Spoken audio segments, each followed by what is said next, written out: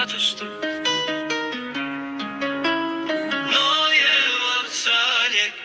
Noyak salik zirveye tek kaldıram.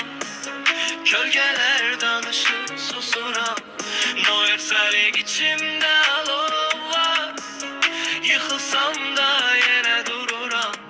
Noyak salik odum gece danışıp beni saklayan olmadı artık. Noyak salik oyun değişti bak.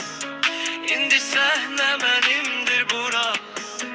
Beni anlamadılar, sustum illerle. Dövüştüm özümle gizli sirerle. Yolum daşlıydı, geçtim yine. Karanlık gecemde doğdum sehere. Sözlerim ağır, yüreğim metal. Düşmeler danışır, hamısı nağıl. Ben sessiz kalkan bir fırtınayam. Adımı eşidende titrer zaman. Sessizlik gücümdür, derman emelim. Yıkılmak son değil, kalkmaktır seçimim. Naik salik zirvene tek kalkıram. Kölgeler danışır, susuram. Noyak salik içimde alov var. Yıkılsam da yine dururam. Noyak salik adım gecede ışık. Beni saklayan olmadı artık. Noyak salik oyun değişti bak. İndi sahne benimdir buram.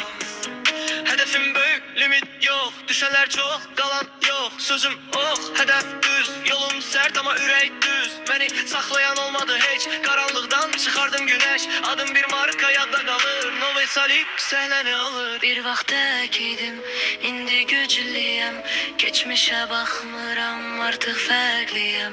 Bir vaxt idim, indi güclüyəm. Geçmişe bakmıram, artık fərqliyəm.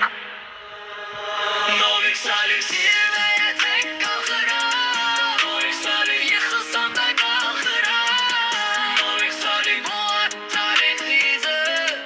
Novet salik sahne alışır. Novet salik